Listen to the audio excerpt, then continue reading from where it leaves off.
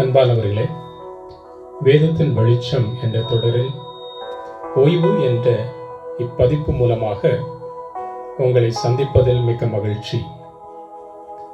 ஆதியாகமம் 2:3 சிருஷ்டிப்பின் 7வது நாளை தேவன் ஓய்வுக்காக அமைத்ததாக நாம் வாசிக்கிறோம். சிருஷ்டிப்பில் தேவன் பகலில் ஒரு பாதியை இரவாக வைத்திருந்தார். இது ஓய்வெடுப்பதற்கான நேரம்.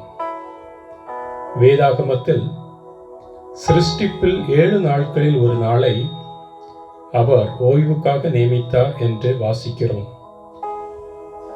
இது பூமியில் நாம் வாழும் போது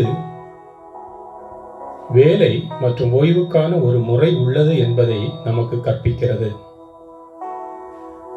நம் வாழ்வில் ஓய்வின் முக்கியத்துவம் என்ன என்பதும், தேவனின் பார்வையில் நமக்கான ஓய்வு எவ்வாறு உள்ளது என்பதையும் இதன் மூலம் நாம் அறிந்து கொள்கிறோம்.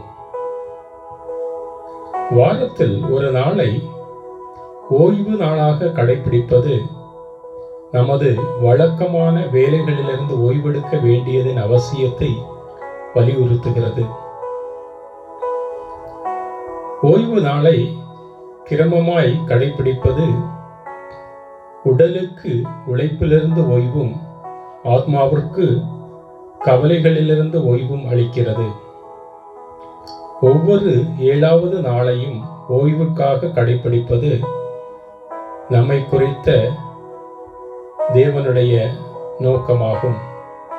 நம் உடல் நலத்திற்காக நாம் நாளில் 1/3 பகுதியை தூக்கத்திற்காக ஒதுக்க வேண்டும் என்று நமக்கு பரிந்துரைக்கப்படுகிறது.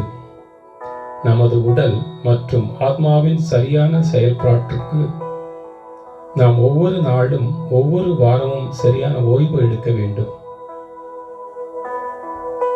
ஓய்வு நம் வாழ்வில் உணர்ச்சி மற்றும் உடல் சார்ந்த நல்வாழ்வை ஊக்குவிக்கிறது. ஓய்வு செயல்திறன் மற்றும் உற்பத்தி திறனை மேம்படுத்துகிறது.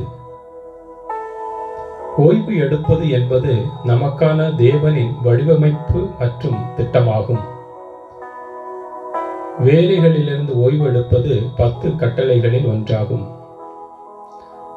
ஓய்வின் முக்கியத்துவத்தை நாம் புரிந்து கொண்டு அதை உண்மையாக கடைபிடிக்க தேவன் நமக்கு உதவுவாராக.